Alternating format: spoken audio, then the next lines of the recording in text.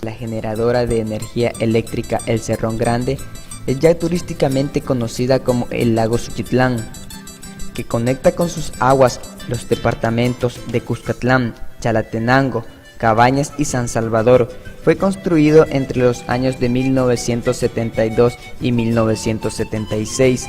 Se hizo en los tiempos estimados y con el total apoyo del gobierno y el amplio rechazo de la sociedad civil y habitantes de la zona. Cuando la bulla, que venía el agua cerquita de nosotros. Esta no es más que la presa que dijeron, dije. Y como ellos dijeron, lo que puedan sacar, dijeron, sáquenlo. Pero a mí no me dieron ni 5. Ahí se me ahogó la milpa, se me ahogó la casa, no me dieron nada. Y todavía me da sentimiento. La necesidad e interés de lograr mayor generación de energía eléctrica se llevó en sus aguas la fuente de sustento alimenticio de cientos de familias que en las tierras ahora inundadas cultivaban gran variedad de hortalizas y frutas que utilizaban para el sustento diario y la venta al por menor en las ciudades de Suchitoto y Chalatenango. Se hacían unos cercos, charcos le decíamos nosotros, para agarrar pescaditos, chimbolitos. Íbamos en la noche, en el día hacíamos esos charcos, le dejábamos 2 puertas para llegar en la noche a trancar allí y a botar esa agua para a juntar esos pescaditos, con luz de candil. Y allí se venía uno a dormir un rato. ¿Se perdieron las mejores tierras de cultivo? Sandillales, repolleras, todo eso hacían en esas vegas del Lempa, melonales y pepino, rábanos, maíz, frijoles, maicillo, arrozales, porque venían unas señoras de San Francisco a vender acá, canastazos de cosas, pero era más la abundancia de antes de pescado, así porque si hubiera guacalazos de pescado agarrábamos nosotros, un guacal medio llenito, el solo chimbolo. Porque había pescado suficiente antes, camarones, cangrejos, chacalines. Habían veces que allá iban a hacer la noche bastante gente, a la orilla del Lempa, a dormir a la orilla. Además, generó la separación de familias, vecinos y poblaciones. Unos para una parte, otros para el otro. Porque unos para San Salvador, otros aquí para Huacayo, otros para Chalate y así. Una sola regazón de familia. Y era lo triste para nosotros, porque ya familiares cerquitas no teníamos. La compra casi forzada de las tierras que se inundaron generó descontento entre los propietarios que expresaban su enojo con la imposición del proyecto de la generadora hidroeléctrica. Prácticamente a toda la gente le pagaron. Tal vez no le pagaron así como tenía que haber sido su precio justo. Venían a hacer valúos de lo que podía valer el terreno, ¿no? Y el primer valúo que me hicieron, a mí me costaba como 14,000 por todo, que era buen terreno. Entonces ellos me daban, la primera propuesta que me hicieron fue para que de 7,000. Con el tiempo, el lago se convirtió en el depósito de desechos indeseados provenientes de la creciente población de las áreas urbanas del Gran San Salvador y sus urbanizaciones sobrepobladas. El río Zaiguate es uno que trae los desechos orgánicos de gran parte del país, ¿no? Hay muchas personas que van y dejan las botellas plásticas, la basura tirada ahí.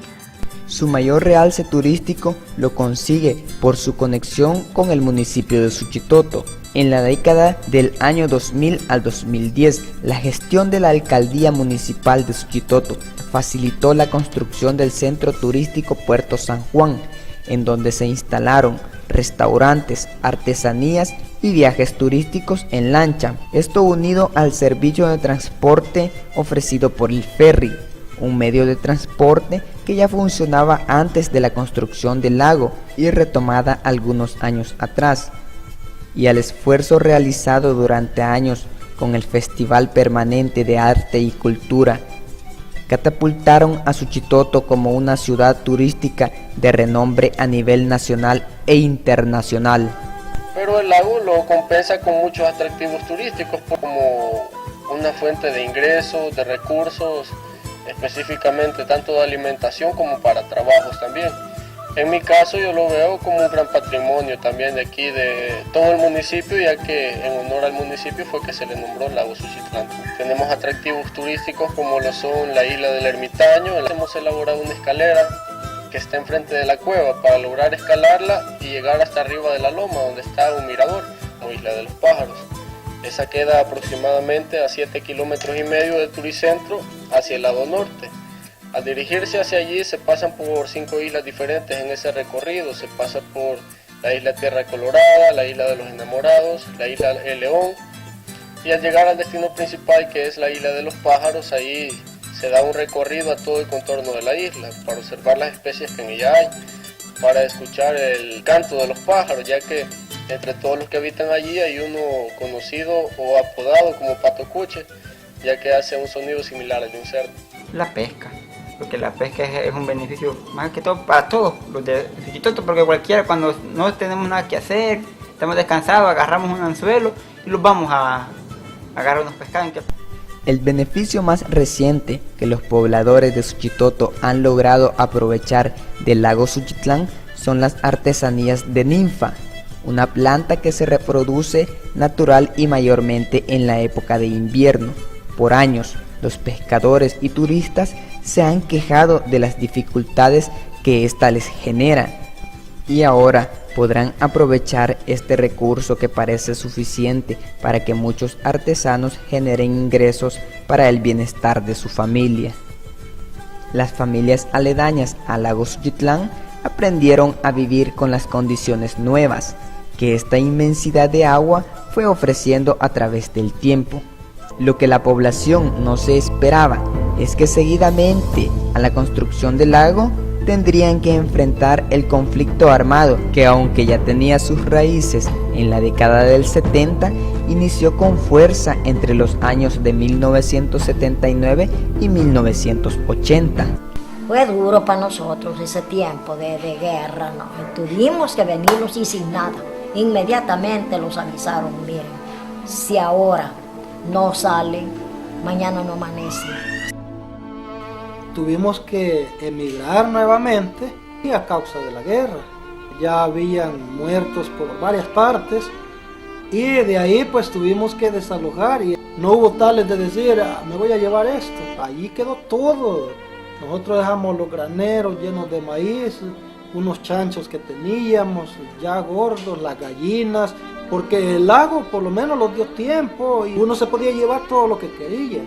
Pero ahí no, como toda la gente por amor a la vida, uno tuvo que salir. El conflicto armado que vivieron los salvadoreños en la década de los años 80 tuvo, entre otras causas, las dificultades que enfrentaban las familias para sobrevivir humanamente en el ambiente de explotación del trabajo en que se vivía. Bueno, antes de la guerra nosotros vivíamos trabajando de fornalero, porque el fornalero anda trabajando para allá y para acá, ¿va? Eso es lo que hacíamos, y 75 ganaba, 75 centavos, ¿va? Centavos de los de antes. Sí lo fuimos criando, ¿va?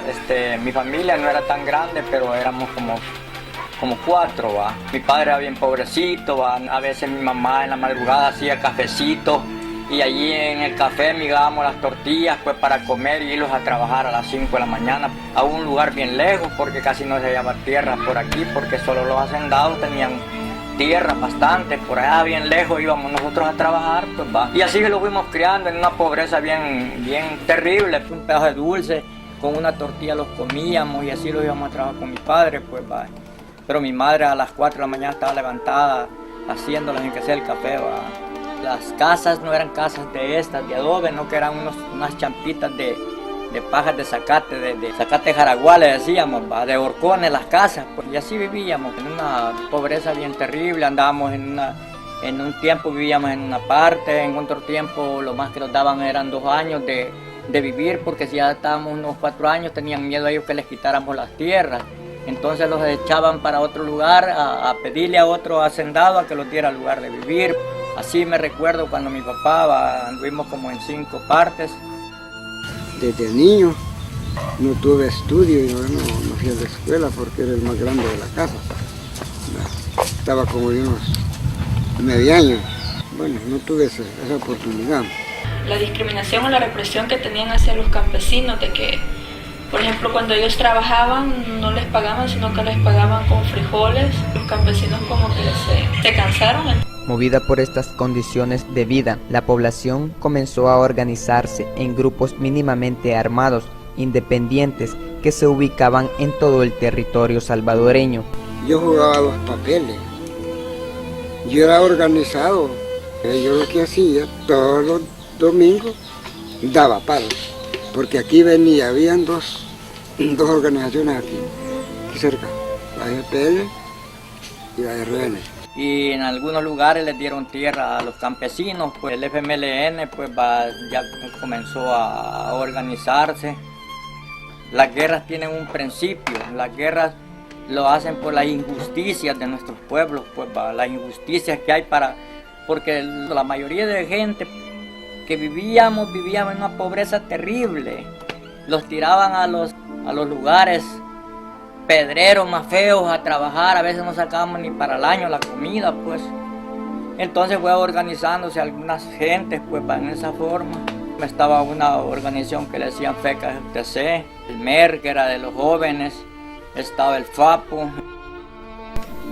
Al intensificar las acciones revolucionarias en contra del gobierno, como atentados a puentes, a la red eléctrica, asalto a cuarteles, la reacción del ejército de El Salvador generó condiciones insoportables de vida para la población civil, en su mayoría las poblaciones rurales y de pueblos alejados de la ciudad capital. Yo tenía como 20 años cuando empezó eso, porque hubieron muchas personas, porque era de tal lugar. ¿De dónde sos? Tal lugar.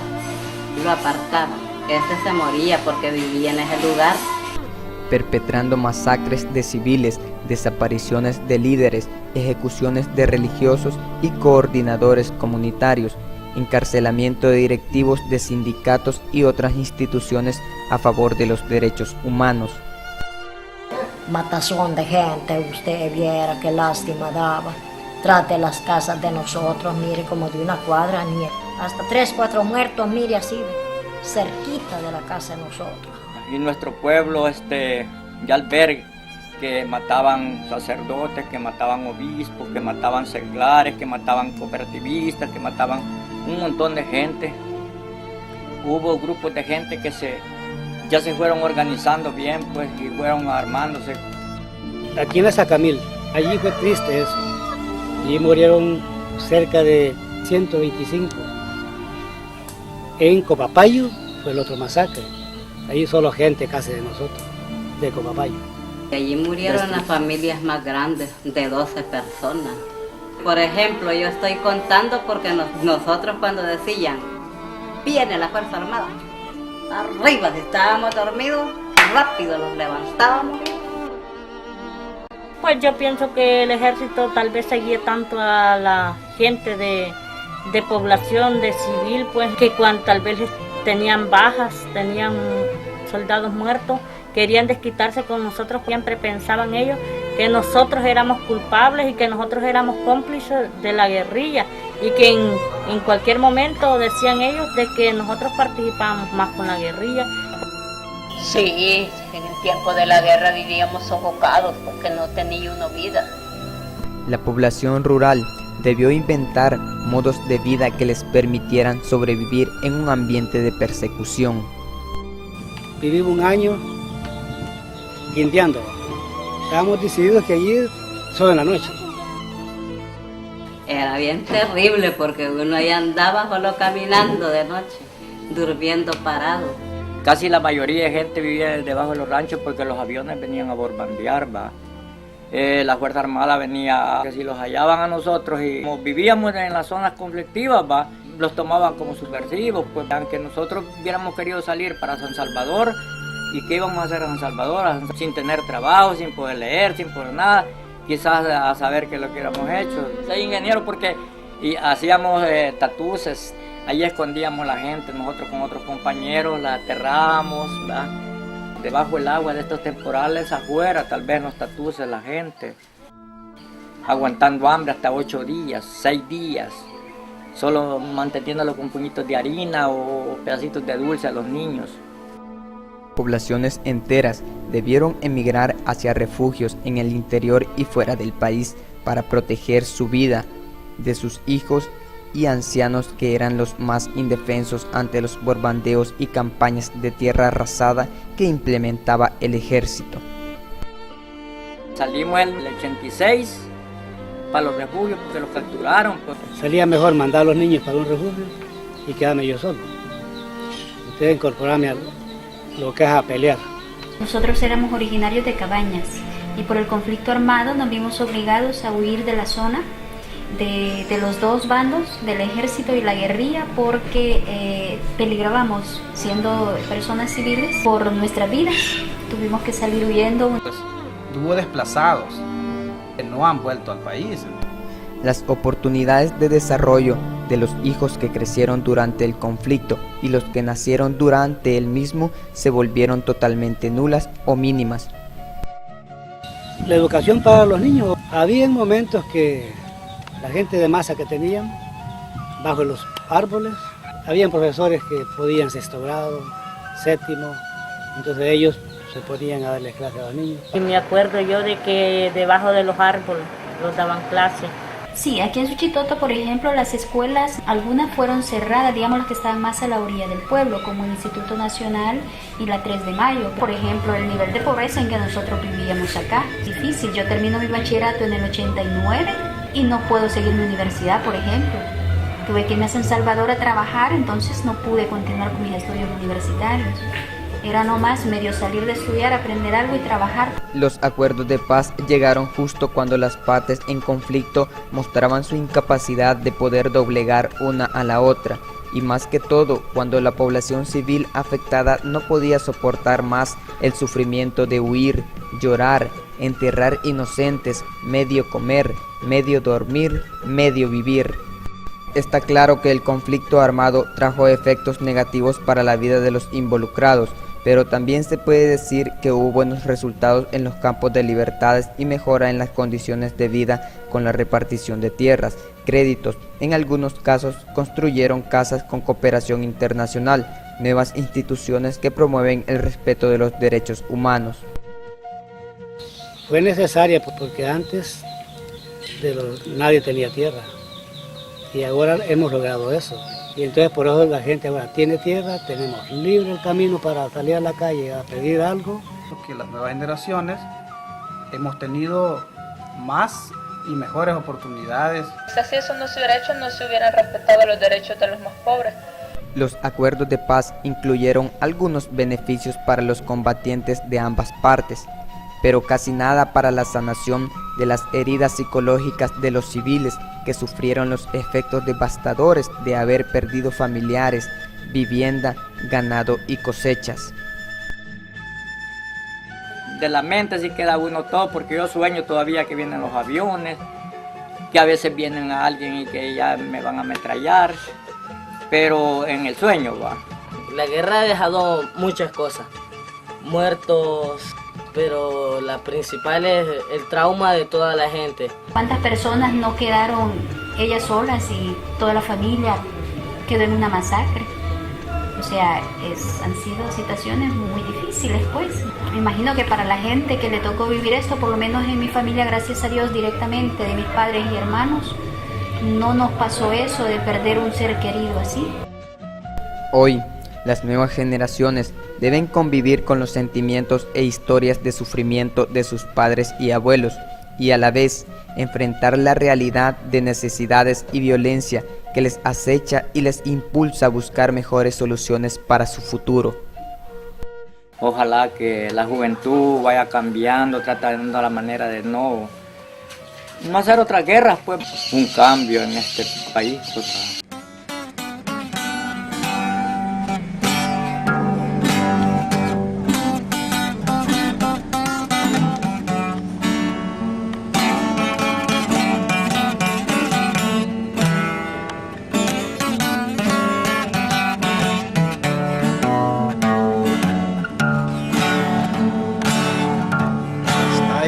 la triste vida del pobre.